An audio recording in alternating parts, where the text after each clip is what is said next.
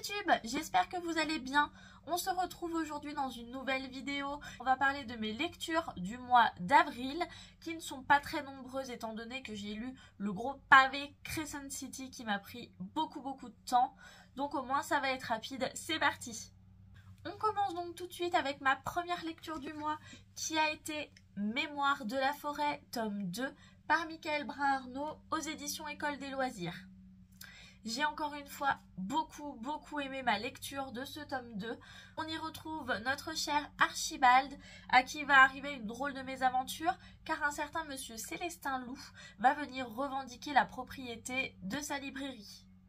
S'ensuit toute une aventure où on va chercher à savoir ce qu'il s'est passé et à qui appartient réellement cette librairie, car le grand-père d'Archibald, Cornelius Renard, à qui appartenait la librairie à la base, ne parle plus. Il est atteint, je pense, de ce qu'on peut appeler un AVC, mais vous savez, dans les livres de Michael Brun-Arnaud, tout est un petit peu nuancé.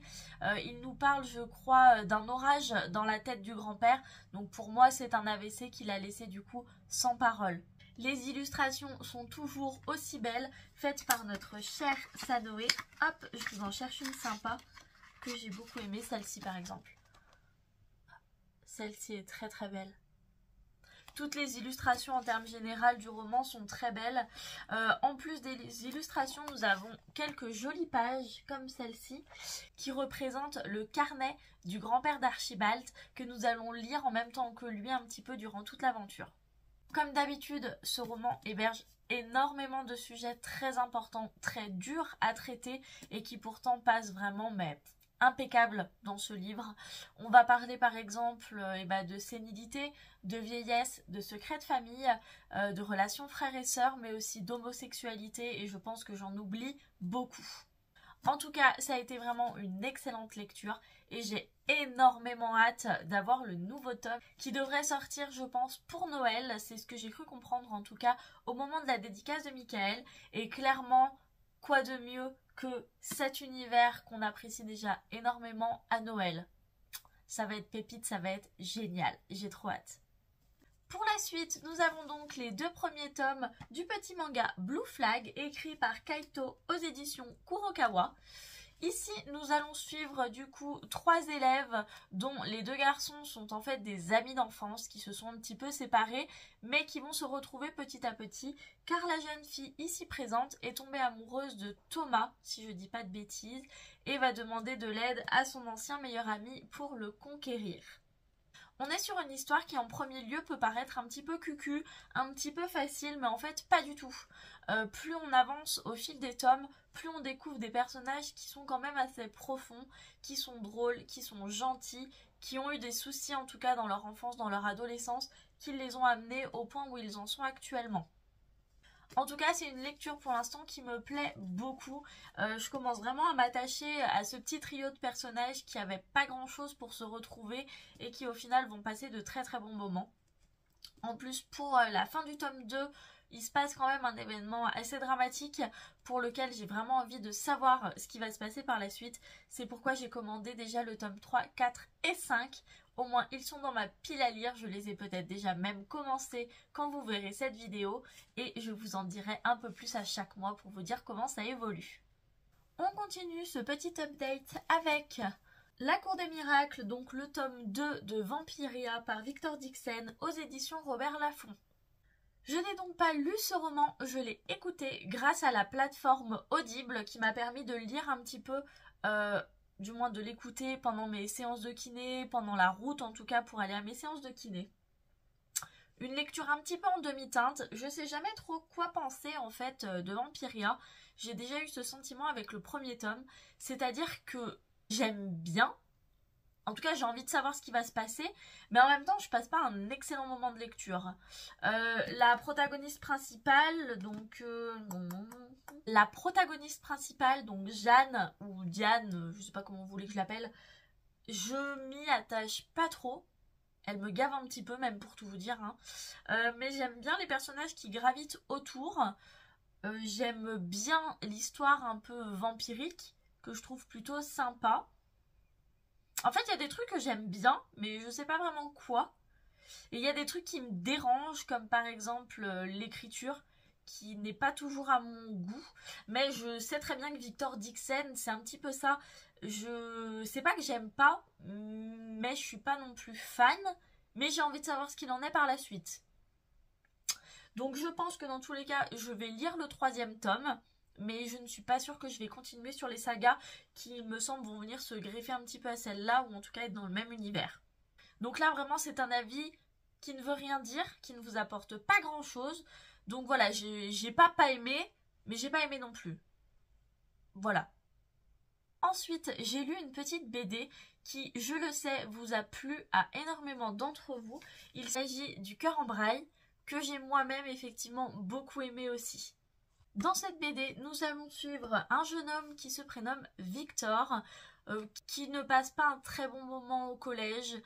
Ça ne l'intéresse pas beaucoup, il préfère rester avec ses amis, faire son groupe de musique, jusqu'à ce qu'il rencontre une jeune fille nommée Marie-Josée, qui est une excellente élève, qui est une très très bonne violoncelliste, et qui va lui apprendre énormément de choses. S'ensuit toute une amitié, peut-être une petite romance, qui se crée entre les deux personnages, qui est vraiment très belle, très douce, et très très bien écrite et très bien pensée. Les dessins sont quant à eux très très beaux aussi. Hop, je vous montre un petit peu. Je ne sais pas ce que vous allez voir. Hop. Les dessins sont vraiment très beaux, les couleurs sont très douces, les sujets abordés sont vraiment très importants, et je sais que cette BD est tirée d'un roman qui a l'air, ma foi, très très intéressant. Je pense que je vais me laisser tenter par le roman pour en savoir plus, parce que si la BD est vraiment très bonne, je pense qu'elle va un petit peu vite par rapport au roman, ce qui est normal, et j'ai vraiment envie d'en découvrir un petit peu plus sur Victor et Marie-Josée. On passe ensuite à ma dernière lecture du mois, la plus longue, vous l'aurez compris, il s'agit de Crescent City, donc un sacré beau pavé qui me faisait extrêmement peur. Je n'avais pas envie de le lire, il était dans ma pile à lire depuis plusieurs mois, mais clairement, non. La taille de la brique me faisait trop flipper, et puis j'avais peur clairement de ne pas rentrer dans l'histoire. Spoiler alerte, coup de cœur. Coup de cœur intersidéral, je le pose parce qu'il est lourd. Non, attendez, je vous montre d'abord. Hop, je l'ai un petit peu annoté, chose que je ne faisais pas d'habitude, mais là j'avais l'impression que ça allait être vraiment très très dense et que j'allais avoir besoin de m'y retrouver. Pas du tout. Je suis rentrée dans l'univers vraiment très très facilement. Dès le chapitre 5, j'ai pleuré comme un bébé. Franchement, Sarah J. Maas, pas sympa de nous torturer à ce point avec ses personnages. Je me calme. Je me calme un peu et je vous parle de ce roman correctement. Donc ici, nous allons suivre Bryce, qui est moitié faille, moitié humaine, à qui il va arriver une mésaventure très peu agréable qui va la bouleverser et transformer sa vie. Quand on la retrouve, nous sommes 2 ans plus tard, elle a complètement changé, même si les gens autour ne s'en rendent pas forcément compte. Elle va se retrouver embarquée avec Hunt, un ange plus ou moins déchu qui va devoir rester à ses côtés pour la protéger et l'aider dans une petite enquête qui va la mener bien loin dans les tréfonds de la ville. Ici, on est du coup sur une enquête, sur une aventure, sur une romance, que des trucs extraordinairement bien écrits et bien pensés. Les personnages de Bryce, de Hunt et tous les autres personnages qui gravitent autour sont excellents. Vraiment, j'ai eu un coup de cœur, je pense. J'ai eu un coup de cœur en premier lieu pour Bryce et c'est pour ça que j'ai autant aimé ce livre. Je pense que les 20 derniers chapitres, je les ai passés en pleurant. Mais pas la petite larmichette qui coule gentiment de votre œil. Non, non, en pleurant, en criant, en sanglotant.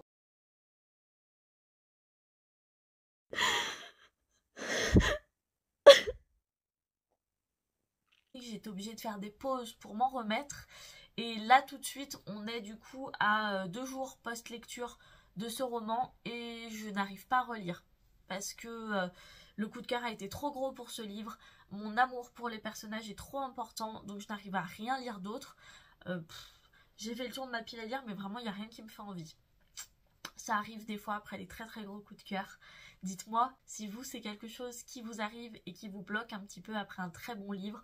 En tout cas, celui-ci vraiment va faire partie, je pense, de mes meilleures lectures. En tout cas, pour ce début d'année, je pense que c'est ma meilleure lecture en fait. Il n'y a même pas partie de mes meilleures lectures, c'est ma meilleure lecture de ces débuts d'année. N'hésitez pas à me dire ce que vous en avez pensé. Le tome 2 est déjà dans ma pile à lire, mais je veux prendre le temps, faire une petite pause, me mettre un peu sur d'autres choses avant de revenir au quotidien de mes héros que j'ai adorés. Voilà. Voilà, c'est la fin de cette update lecture. Nous avons donc 1, 2 et 3 romans, une BD et 2 petits mangas. C'est déjà pas mal étant donné la taille de Crescent City qui m'a pris, je pense, bien 2 semaines entières, voire peut-être même un peu plus. Donc on est plutôt sur un bon bilan qui a été, je pense, un peu brouillon, mais sans vous mentir, ça faisait 30 minutes que j'essayais de tourner cette vidéo, que je n'y arrivais pas, que je reprenais mes phrases les unes après les autres, que je bégayais. Donc je me suis dit, allez, YOLO, on y va, tranquille, posé, au feeling, on verra bien si ça leur plaît ou pas. Je me calme encore. Hein. Je ne sais pas si j'ai un trop plein d'énergie ou un trop plein de fatigue, mais en tout cas, je suis fatigante. Je vous fatigue? Moi, je me fatigue. Oh là là. Allez, on va arrêter là pour aujourd'hui. Je vais vous laisser tranquille et aller me calmer tranquillement devant un dessin animé sur mon canapé. Je vais ranger tout ça et on se retrouve bientôt pour une nouvelle vidéo. Salut!